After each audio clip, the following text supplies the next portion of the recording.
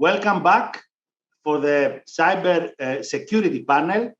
After the previous panel, we're talking about game changer technologies. We had a set of presentations on energy efficiency and hybrid technology by Stefan Goranov, Bridesmaid Taking Home Solution by Vladimir Kolaya from Varsila Voyage, presentation from Ulfsvir from the Sea Traffic Management on information sharing. We have an issue with the standards and how we set up these standards across the industry, because standardization is the basis for the foundation we are building upon. And we had a cybersecurity presentation by Rose Miller, analyzing where we stand from StipShip Insurance Management Services. Now, in this panel, we'll be talking about cybersecurity. And you know that all of us are subject to cyber threats. Cybercrime is a massive business.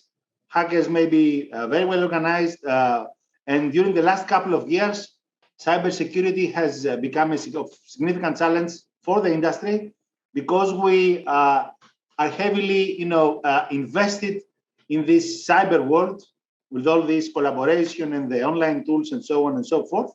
On top of that, from January 1st, 2021, a new era has begun for ship operators, as we have a new future with cybersecurity included in their SMS. Now, we would like to discuss about this, of course, 1 year cybersecurity into the SMS, feedback and challenges. We would like to discuss about the latest cyber resilience challenges, maybe lessons to be learned, issues surrounding our industry about cyber attacks. Seen a lot happening, any sort of new cyber threats, and where we go from that point onward. Now, in order to have this discussion, we are accommodating 4 panelists into this discussion. Let me introduce them to you. We have Jacob Larsen, who is the head of maritime safety and security from PIMCO. Jim McKee, who is the CEO of Red Sky Alliance. Fotis Tsiringos, who is the fleet IT manager with Euronav. And Michael Vertos, who is a cybersecurity expert from RINA.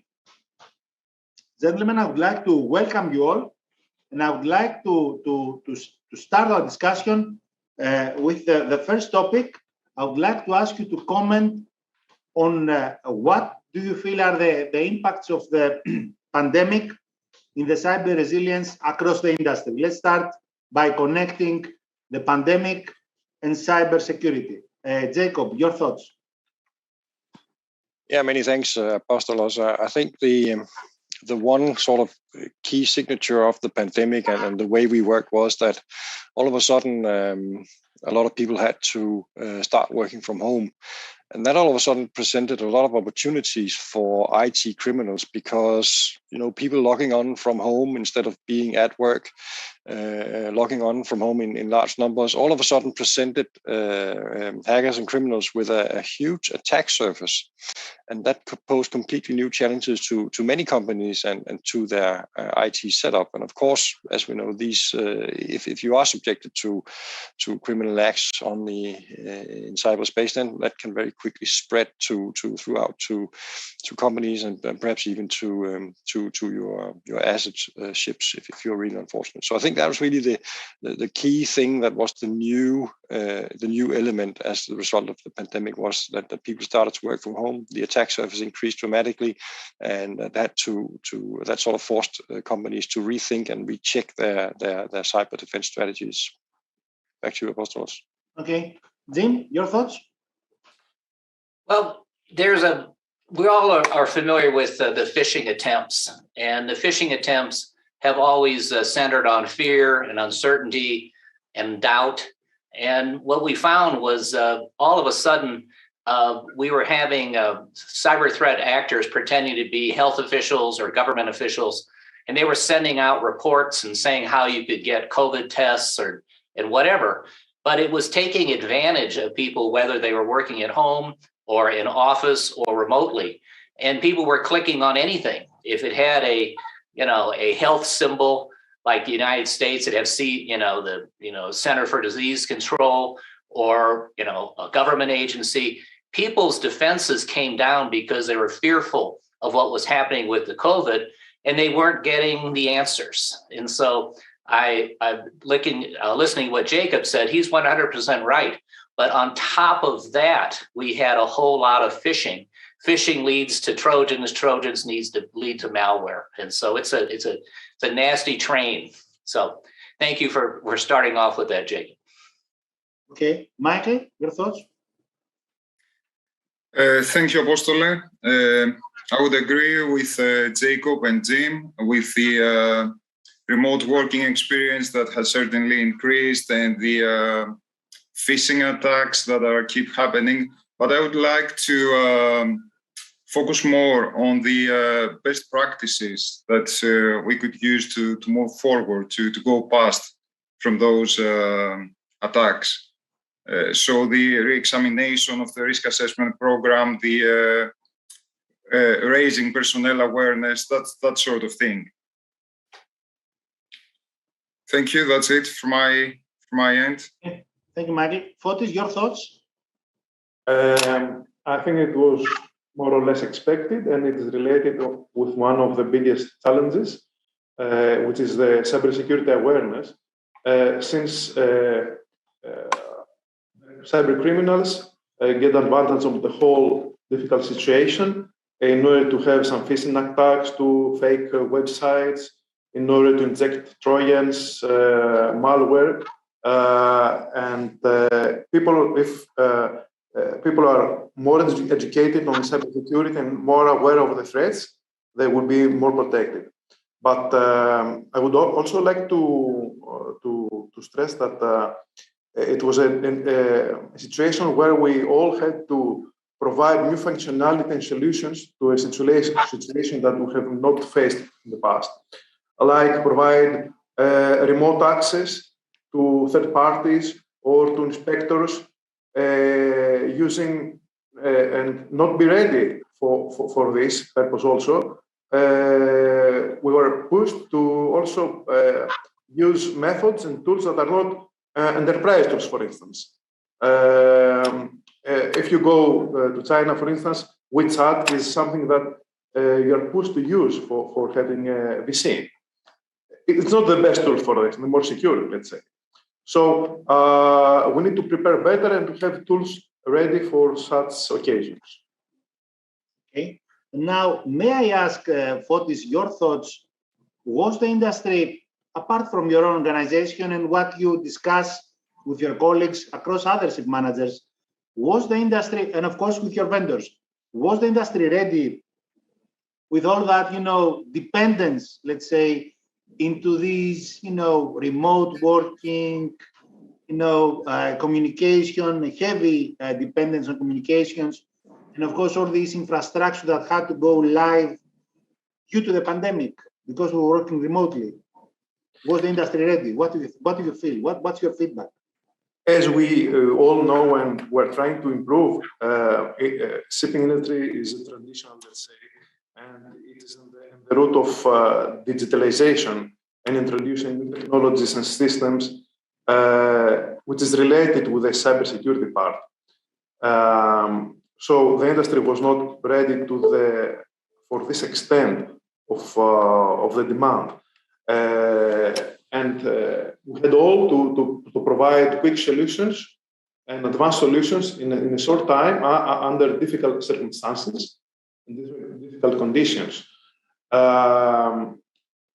So we need to further improve and to also have in our mind that we might face similar situations in the future. Of course, the maturity of the industry on the cybersecurity part will help us implement those solutions and introduce them, and also not to be to avoid providing quick and dirty, let's say, solutions, but to provide something that will be robust and secure. It is very important.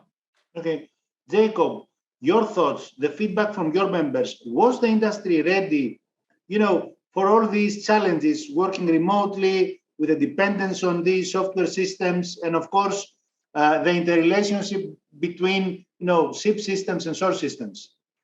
What's your feedback? I think it depends on who you ask whether they think they were ready or not. there are some differences between, the level of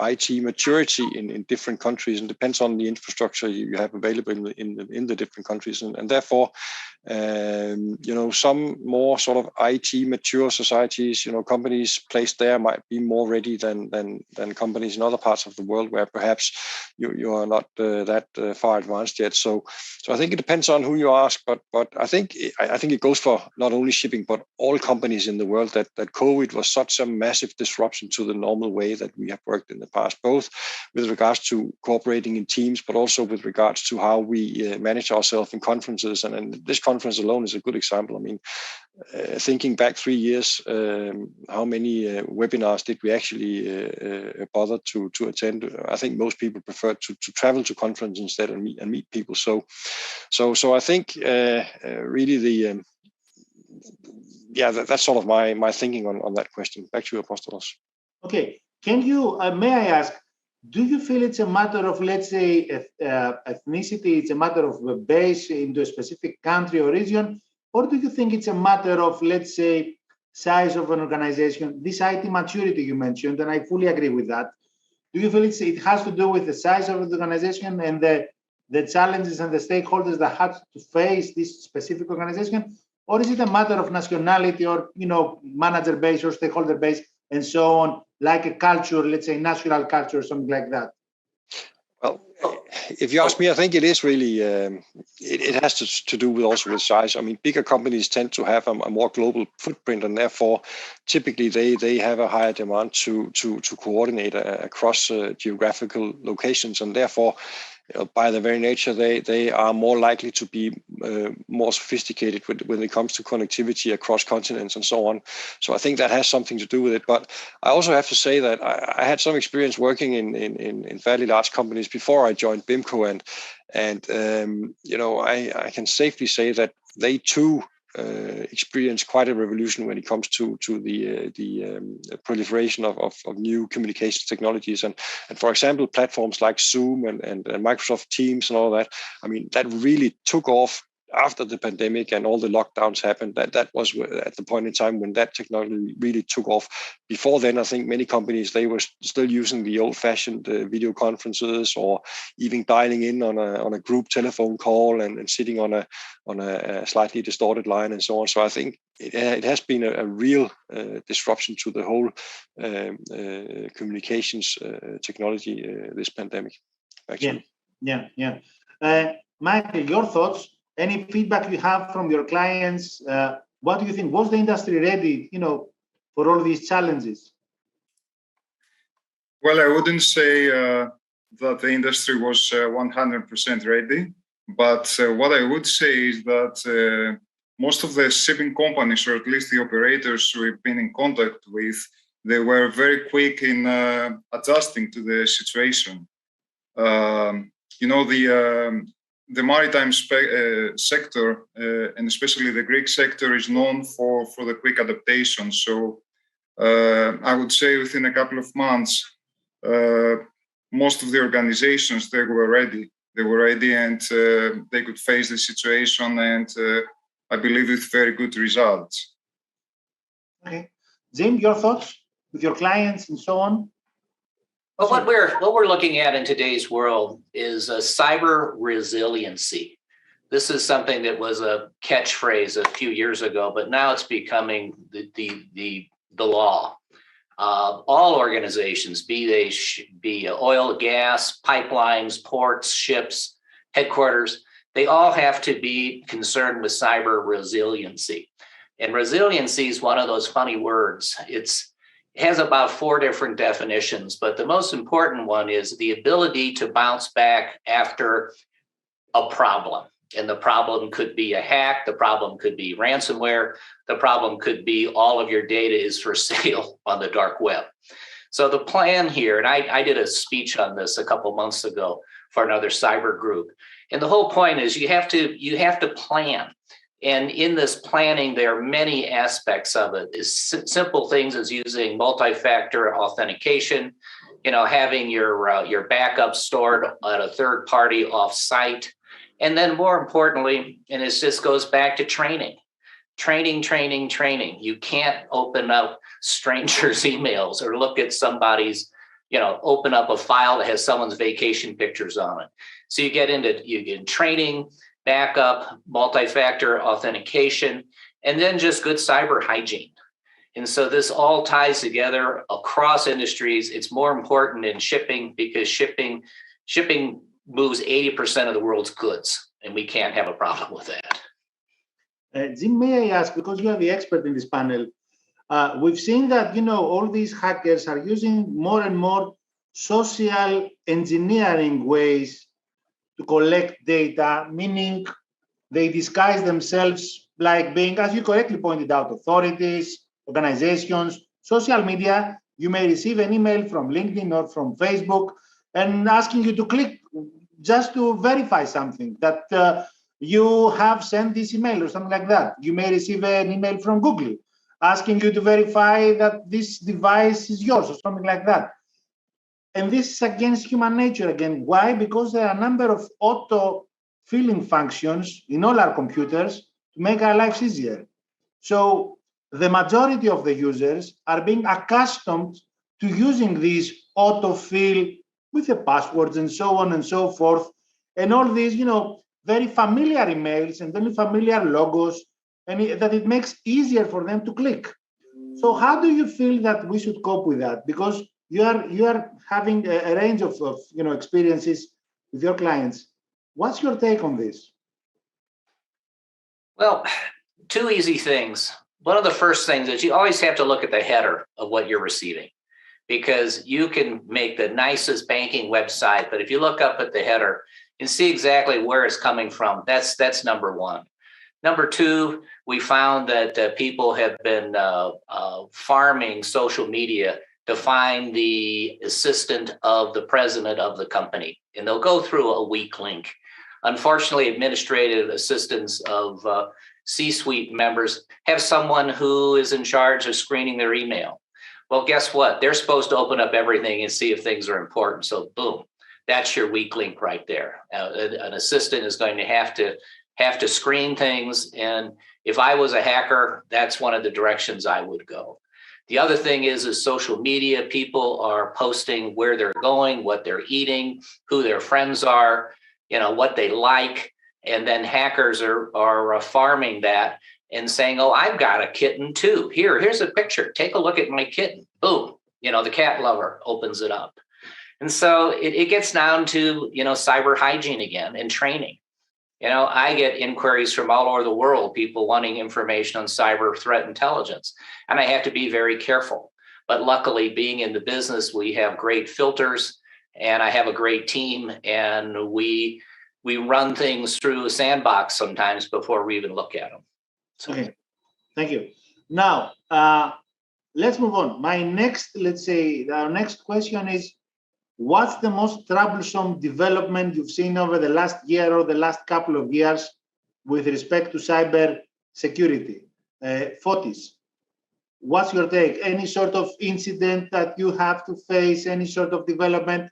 I'm sure that the SMS incorporation of the cyber was not a key problem for the majority of the operators.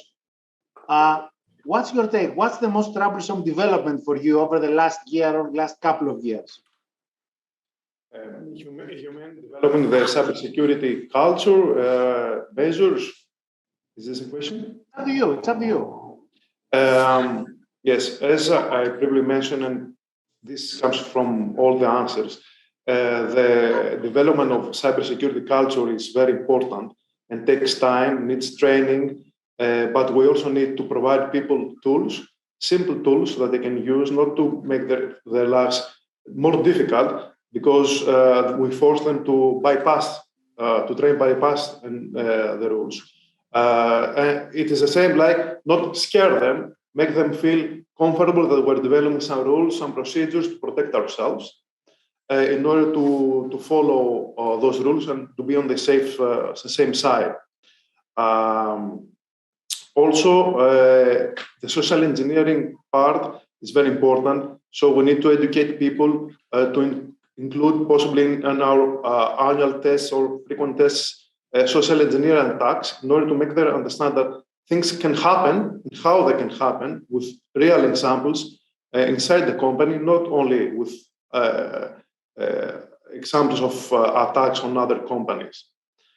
Of course, the implementation of the regulation is very important part, and we can discuss this in much of extent because it's a good start, but needs a lot of details to be defined. Okay, Jacob, from your lens, from the association lens, what was the most troublesome development that you have to come across over the last, let's say, year or couple of years? Thanks. I think it's an interesting question. I think I'll probably choose an approach which is a little bit different to what the rest of the panelists would choose. But I think actually the most worrying trend we are seeing right now is the increase in tension between different blocks around the world. So US-China tension is building. Obviously, with Russia invading Ukraine, there's some tension building between Russia and Ukraine, but also the wider West. And we know that in this day and age, hybrid warfare is a concept that is constantly developing. And I think that we will see in the future more and more that cyber attacks will also form part of hybrid warfare.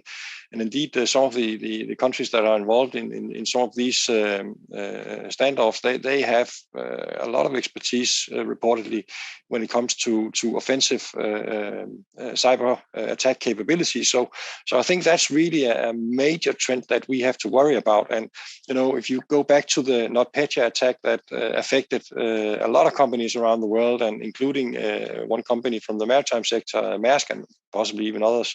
That attack actually grew out of cyber criminals operating in Russia, and it is believed that it was an operation against Ukraine that ended up impacting companies all over the world with very dramatic consequences. So I think that's really a trend that I would single out as by far the most worrying right now. Okay, I would like to let's stay on this issue a little bit longer. I would like to ask you to elaborate a little bit on this, because if I understand correctly, and I agree with you, that's a collateral damage. What happened with the Maersk, that's a collateral damage because there were other issues in the greater picture. Yes. Other than that, why should we, as an industry, be worried about these rising tensions between nations? I would like to ask you to elaborate a little bit.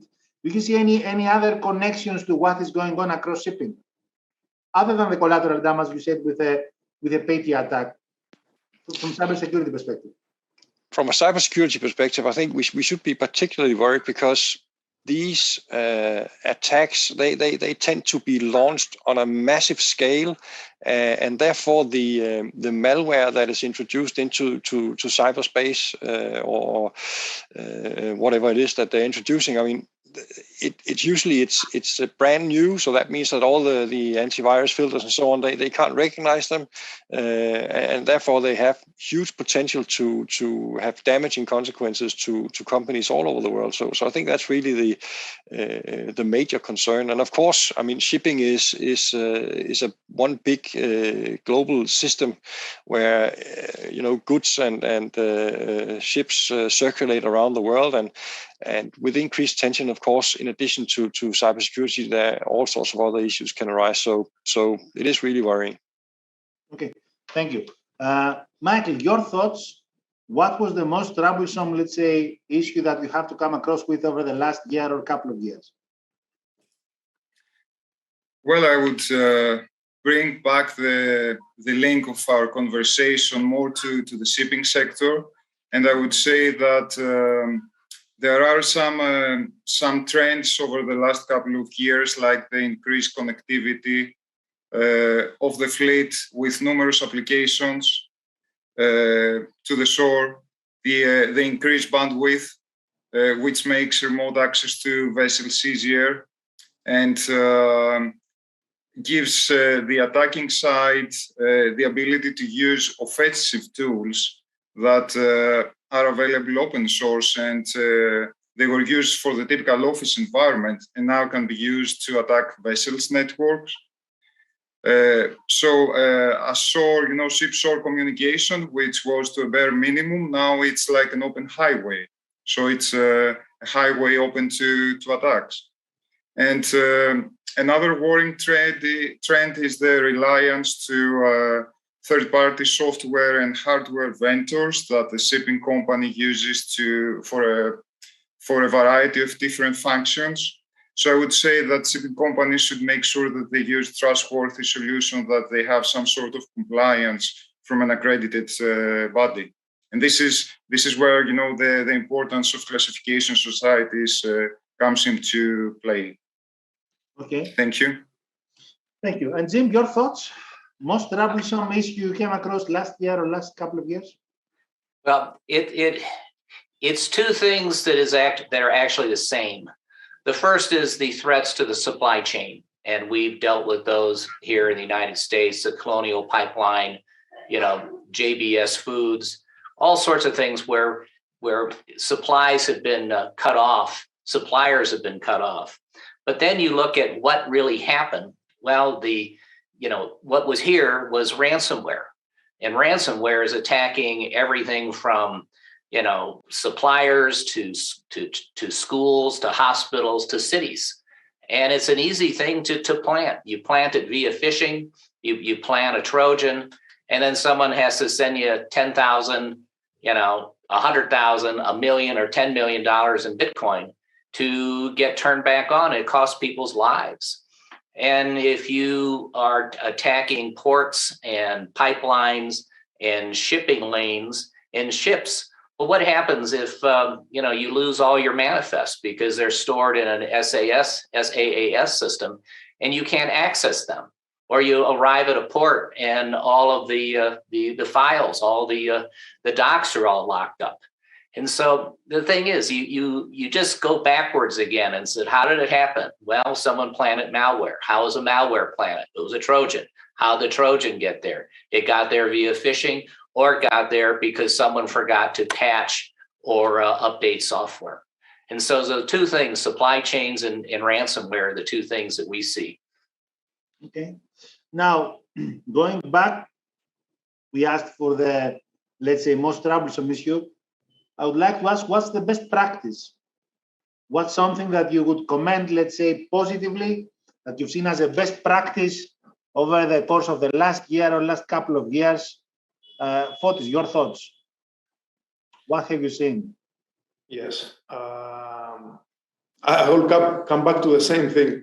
Education, training, awareness, which is very important.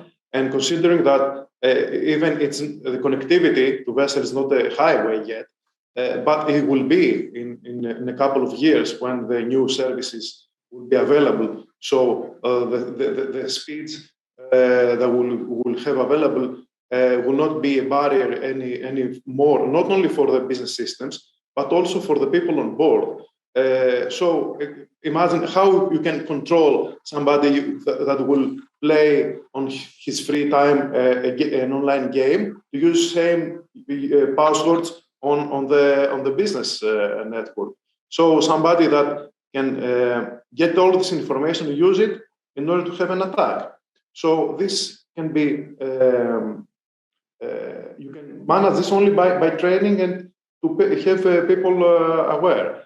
It is also very important to develop tools in order to be able to provide functionality, especially to third parties, and ensuring the security, the cybersecurity, like a remote, secure way to have a remote access in a locked way, in a way that you can control what's happening, login to have workflows with approvals, also to, since we're in industry, we depend a lot on third parties, is the evaluation of the third parties, how they comply with security guidelines and how we evaluate them. It is very important, and it is a process and a technical thing also. Yeah. Okay. Now, before I move to Jacob, I would like to ask you, given all these, increased traffic you had across the fleet? Because in any ship operator, especially the larger ones, are, as correctly Jacob pointed out, given the size of a fleet, you have more sophisticated systems. You have fleet optimization, you have a number of services running on board, you have crew welfare issues, you have to provide connectivity to the crews and so on and so forth. Is anything worrisome for you sitting over there in the chair of the IT responsible person with all this traffic going back and forth across the ships? Is anything that, let's say, scares you, let's keep you awake at night? So something like that. I wouldn't say something very specific. I worry mostly about how we can better control the third parties, which are too many, and especially while more and more systems are getting exposed than in the past. In the past, if you talk about OT systems, there were in a black box, not connected with anything. Now this is changing. Even in the physical, let's say, attendances, how we can ensure that the laptop of a service engineer does not carry a virus or a malware. So when it be connected and unpatched and all OT systems will not create any problems. So what worries me most is the part that we cannot control very well. So we need to focus more on this. I would say that this is that what we cannot control, it creates more risk. Yeah, absolutely. Jacob, your thoughts? What is, let's say, from your lens, from the association lens, a best practice you can identify you came across over the last year or last couple of years? Yeah, I think best practice is a fairly wide concept. And what we did in the shipping industry was we pulled together a lot of knowledgeable people and wrote the guidelines for cybersecurity on board ships. And that has a range of best practices and recommendations for ship owners to use both in their shore organization, but also with the ships and in the interface. So I would, of course, recommend everybody to read that in case you haven't done that yet. And if I was to single out one single best practice that I would really emphasize as the most important one, I would say it is the ability to recover after an attack. So to ensure that you have a complete backup of your data that is separated and so on from your main servers. Because in the end, if everything else fails and you are subjected to that attack and you have a devastating impact, then it is your ability to recover that will mean everything. I mean, if that ability is not fully functional, then that's when issues really start to build. And I talk from experience. I mean, I was actually working for Maersk at the point in time when they experienced the big NotPetya attack. I was not directly involved with IT security management. I was involved with ship management, but still, I can tell you that was a scary experience to be part of, to see that whole company completely shut down within just a couple of hours. Amazing. And the only thing that got that company back online was the ability to recover. And even then, there were lots of lessons learned, and I'm sure that they have improved their ability to recover a lot since then, because there were really some lessons learned. And I know that they have been out there speaking about them to other companies as well. They have not been sort of holding back on sharing their experience. So that's really great. Back to you, Apostolos. Yeah. Jim, your thoughts? Well, Jacob just hit my cyber resiliency thing that I already talked about, so I'm not going to talk about that again. But you're right on the mark there, Jacob. The other thing is access management. When people are working from home, do they really need access to every file, every system in the network? And who's really watching the authority levels, and who really needs to be playing in these databases or whatnot? And so a lot of organizations we found, they don't really know who has access to things anymore, because people have come and gone, and people worked on a project or they worked with an auditor, and there are open doors everywhere. And so, leading, along with the cyber resiliency, I'd say you need to look at access management. And even a couple of the United States ships ran into problems with patch management, where third-party vendors were putting patches and doing things and having access to different systems they really shouldn't have had. And so access management can be as easy as looking at personnel files, or even more complicated as looking at missile systems. And so access management is a big piece there. And so, since I already talked about resiliency, I need to talk about something else. Okay. And Maggie, your thoughts? Thank you, Apostole. A number of steps, a number of things come to mind. First and foremost, I would say inventory. Make sure you update your inventory. It may sound as a very simple step, but make sure you identify and carefully secure those new sensors, protocols, and services that exist on board, for example. This is of paramount importance. Having multiple layers of defense. I'm not talking about procedural only measures, but technical ones as well. So automated solutions. I'm talking about, I would talk about onboard checklists that exist and that can assist the crew to address a cyber incident. Another step would be to to ensure that you have good coordination between IT staff and the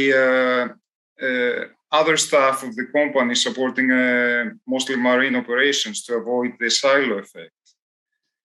On a more organizational note, I would say implement a vulnerability assessment program specifically for the fleet, which is something that we do not see very often and can bring very useful results for any shipping organization. And last one, I could even support the idea for shipping companies to consider cyber assurance, because when something bad happens, this might give you a last resort, a last chance to save what is at stake for you. Thank you. Okay, thank you. Now, we read every year carefully the annual safety climate survey by Allianz, the largest, insurance service provider across the globe. And they're doing a survey on an annual basis. And what tops in these, parameters of the survey, more or less over the last years, is disruption of supply chain, as correctly pointed out by Jim, and of course, cyber resilience, among other things. So, given that these issues are, at the top, in the top part of the minds of, industries, leadership, and we've seen that ESG is at the top of the agenda in these days. I would like to ask you, what do you see as being the link between ESG, the environmental, social, and governance, challenges, and cybersecurity? What are your thoughts on this, and how do you see these, issues aligned? What the sort of relationship that you see between ESG and cyber security? So let's start with Jacob. I think that's a tough question, Apostolos. I think obviously, ESG comes down to things like corporate social responsibility, and also treating your staff appropriately and all that. And with that comes, of course, in our day and age, an expectation by many seafarers that they are able to, speak to their families when they have time off on board the ships and so on. And so there is a sort of an inbuilt expectation that you have a better opportunity today to be online all the time than you would have back in the day. So I think that's really one of the things where there is a challenge, you could call it, or at least something that you should pay attention to and be aware that there is a risk there that needs to be mitigated, because as we already spoke about, with the increased connectivity, the increase in attack surface, and there are some things that you need to do to manage the associated risks. So I think that's my take on that, Apostolos. I'm asking this because the relationship, what you see as a relationship between ESG and cyber security, because ESG actually calls for a fine balance, and the fine balance has to do with how you optimize, how you, let's say, maximize the satisfaction of all the stakeholders of the supply chain. And as you correctly, Fotis, pointed out earlier on, we have to do more. Let's say all of us, we understand that we have to do more with how we manage the vendors, accessing our systems, and all of you pointed out several issues that has to do with how we manage the expectations of the others. So, what is your take? What do you think between the relation between ESG and cyber security?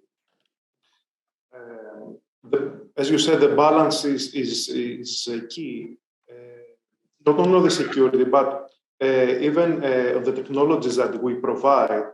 Since, for instance, better connectivity can keep people, crew members, more happy because they can talk with their people, their friends and families. But from the other side, it makes creates some kind of isolation between people that should be one team. This is something that we need to balance. For example, I don't know how, but I'll give you an example of something else that we can use in order to see. So functionality versus security is something always that we need to consider and to develop, to provide the right tools. The access control is very, very, very important, as it was discussed. But we also need to consider how that cybersecurity can affect also the environment after an incident. So they are linked. The link is not very clear or well defined, but we have to consider cybersecurity as a big part of our daily, let's say, work, of our behavior. Is something we have to consider. And in shipping, it is more new, let's say, than in other industries. Okay. But again, I would like to go back to what Jacob said. And just an example, I hate doing this, but I have to do it. Taking the example of Maersk, there are bright minds over there. This is one of the leading organizations we have in shipping, and they recognize cybersecurity being a key issue. Why? Due to the disruption of the operations. They cannot provide services to their clients. So even if anyone thinks cybersecurity may not be a top priority, when we read, I'm asking this, when we read, for example, in the Safety Climate Survey of Allianz, cybersecurity being in the top 3 in the last 5 years, more or less every year. So we have to understand why. Cybersecurity is not a buzzword. It's not something like it's nice to do. You have to do it, because otherwise there will be a major disruption in the operations. This is what we've seen. Michael, your take between ESG and cybersecurity? Well, ESG is going to depend a whole lot on digitization. So for ESG goals to work, they need to happen. That needs to happen on a safe environment. And this goes back to what you were mentioning a few moments earlier, that we take cybersecurity as a given. This is what we expect to happen. This is the foundation that they're going to build on ESG or whatever other goal might be. So ensuring cyber resilience, cyber security, the ability for our systems to be able to be up and running, to be working as expected, it's the foundation for achieving anything else. So the relation is, even though it's not very clear, it's immediate. The link is there. Okay. Jim, your take before we move to another topic? Okay, well, I'm just going to make it very brief. You look at safety equals security, physical security, and then the offshoot of physical security is cybersecurity. Okay, they're all very important, and you can't have one without the other. We're having something's happening with the Coast Guard in the United States right now, where the captain of the port can come on and do a safety check and can detain, delay, whatever until the safety issue is taken care of. Well, the safety issue could be a security issue. Whereas this year, they're also going to be looking at cyber issues. And so cyber is going to become very important for any ship that calls on a US port. And I don't know when this is going to happen, but I have something in front of me from the Coast Guard, so I wouldn't forget. But the cyber, the port, the captain of the port can detain a ship for a cyber issue. And so that comes from cyber to security to safety. And other ports, I think, as the U.S. Coast Guard is enforcing this for U.S. ports, I think other ports are going to bring it on. And so what everyone else talked about is all in line with this. But the U.S. Coast Guard is now going to be able to detain a vessel for cyber, soon to be able to detain a vessel. So this is going to bring cyber even higher up on the priority scale. Okay. Now, changing topic, going to the cybersecurity integration to the SMS, I feel that cybersecurity is one of the very rare topics where regulation lags from real-life challenges, meaning real-life challenges are much greater than what regulation dictates, to put it in that sense. We've seen other cases like the physical security where regulation is very tight, but physical security is not, that problematic, to put it in that sense. Here is exactly the opposite. The regulation is not so difficult, not so challenging. We have real-life issues. I would like to ask, do we see any sort of problems? This is a quick one, just to see if we're on the same page. Do we see any sort of problems with respect to cybersecurity regulatory requirements integrated into the SMS? And maybe if we see any sort of challenges, should we move towards more self-regulation? I feel, and I think the majority of the industry feels that the best practice guidelines issued by the Roundtable are more than adequate. However, I would like to hear from you if you feel that we should move towards more self-regulation, best practices, or any other way. Starting with Fotis. Are we happy? Do you see any sort of challenges? It is a good start, but I mean that it triggered a lot of developments and it triggered the whole industry to more effort and to take more seriously the cybersecurity. But on the other hand, it needs a lot of much more work and also investment from all sides in order to be effective and realistic. Realistic is related with what you described, that we have to focus on the areas where there are real dangers and risks, and those areas I'm not sure that can be controlled and audited very well with the existing framework. A lot of recommendations are there, and focusing and references to other frameworks, but it needs to be more specific and also to define a way how to evaluate and audit this. For example, I'm pretty sure that the inspectors cannot really evaluate the condition of the cybersecurity on board the vessel, except of some simple things that might not be so important at the end. For example, a port blocker is something that is good to have it because it prevents people from the appetite of using the USBs. But on the other hand, it is easy to remove it. You can remove it, and when the inspector is there, to have it just plugged there. On the other hand, you might have a very sophisticated system that controls the USB, scans, isolate them, which the inspector is not able to to judge if it's good or not, or if it's working. So a more holistic approach should be applied, and it's a subject that needs specialization and for people to judge and also to advise. So, as I said, it's a good start, but it needs to get more in detail and to be more specific. That's an interesting take.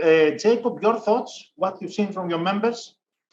I must say I totally agree with the points made by Fotis. I think we have to keep in mind that, for example, a port state control or a flag state audit or whatever. I mean, it is a sampling audit. So you test the basics and see if everything works, and if it looks all right, then you make the assumption, then probably the rest is also okay.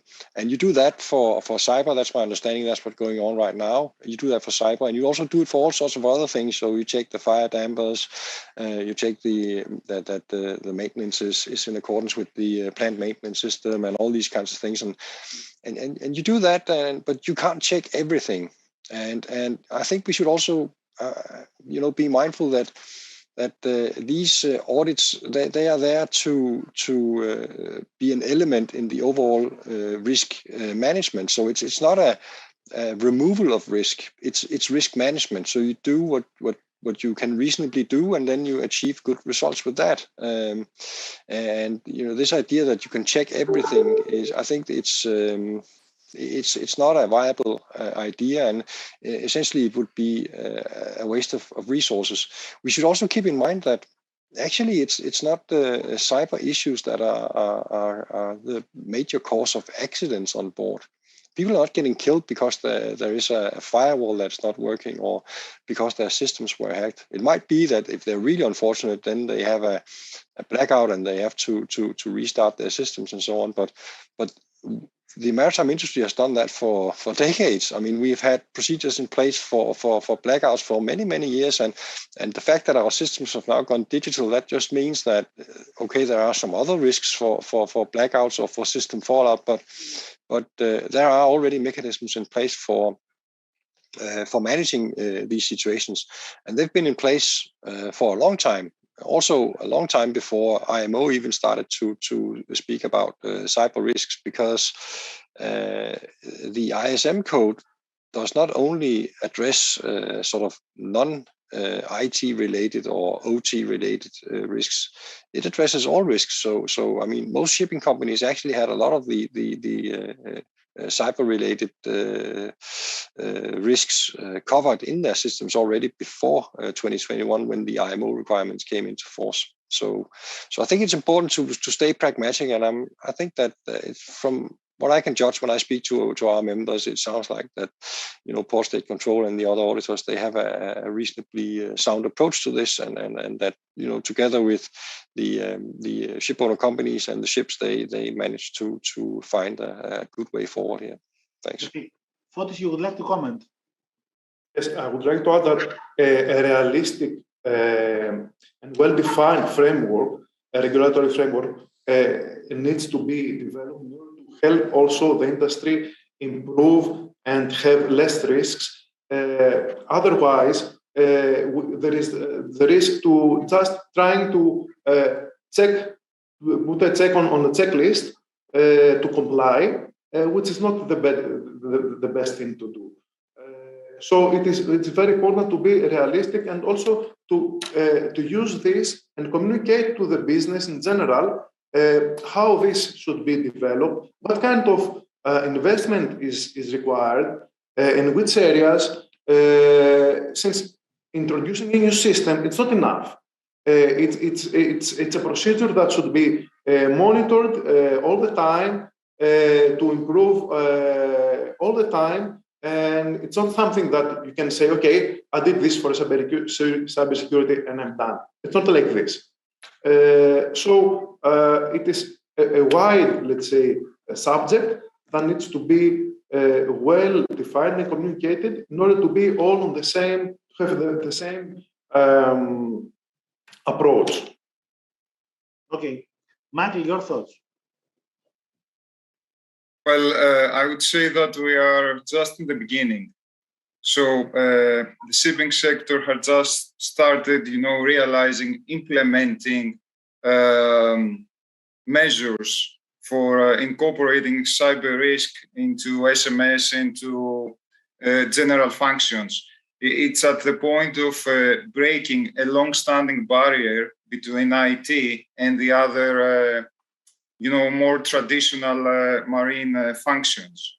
So talking about surveys, for example, I totally agree with Fotis that we can no longer, do surveys just by looking at the physical aspect of things. You cannot just go and checking for physical blockers. You need to be able to scan the networks, for example. You cannot say that, you took care of everything, that you have a good cybersecurity posture of an organization without having the ability to see what lives on the networks, which systems you have, what's the vulnerability assessment against those. So without scanning tools, without automation, you cannot say that you've done enough. So it's a more complex issue, and I would say that we need several multiple layers, even during surveys, that we should go and check on every organization. And one other thing, I expect that the regulation is going to be mandatory after a certain stage. It's still very relaxed at the moment, as you speak, I would say. What we call a regulation is not a regulation, actually. It's a recommendation. It's more or less. Now, if we compare, for example, ISPS, which is physical security, compared to cyber is just a recommendation, to be honest. Not any, tough requirements or difficult or challenging requirements to incorporate in the SMS. In real life, as Fotis correctly pointed out, and I fully agree, I think all reasonable persons across the industry would fully agree with Fotis. There are numerous challenges on a daily basis across all ships, absolutely. So that's real life. But what we call regulation is actually a recommendation, yes. Jim, your thoughts on the SMS integration and what you see as a journey? Okay. Well, in the States today, we're seeing a whole lot of CMMC, NIST 800-171, HIPAA, all sorts of assessments that organizations need to do. They need to do an assessment of their current systems and their services and their weaknesses. Well, what steps in after that is compliance. How are they complying with this? Are they doing a good job? Are they watching out for future threats? I see something like that coming into, the total shipping industry sometime. And the thing is, the cyber threats are constant. You can't just, do an assessment and say, well, here's my CMMC, it's done. I'm going to go put it in the drawer over here. I've done it. And that's what's happened with too many of these, assessment things. But looking at protection going forward, you really need to do more than look in the rearview mirror and see what you did. You need to be looking forward at attacks and notifications of attacks, or attacks within your industry, or attacks to your domain. And so you have to be proactive in this and looking to see who is going to be your next attacker, and getting that information before the breach, and then putting it into your SIM and blacklisting it. And so instead of just being on the defense here, you're actually proactively blocking threats before they break in. Okay, thank you very much. I think Michael would like to comment on something. Yes, thank you. I just wanted to clear out the difference between, regulation and recommendation, that sort of thing. It's actually a resolution, the one that came out from IMO. So the inclusion of cyber risk management into SMS, it's something which is mandatory. This is what I would like to make clear. But the way you do it, of course, you have several different ways. I'm just saying about the way that it is imposed. I mean, in contrast with ISPS. I'm not saying that cyber should be the way that ISPS is being handled. I'm just saying in contrast to ISPS, where we have a SIP-specific security plan with assessment and so on and so forth. Yes, the guidelines should be more or less the same. It hasn't changed too much, I mean, over the last, in terms of procedures and strategies and concepts and so on and so forth. But the way that it is imposed is more or less a recommendation. This is what I'm just saying. We are off to a good start, though. Yeah, absolutely. I think Fotis nailed it when he said that it's something to start, but we have a long road ahead of us, more or less. So having said that, I would like to thank you all very much. I would like to thank all our viewers. I would like to thank all our panelists for the constructive feedback. And we'll move on with the SMART4SEA awards. Thank you all very much.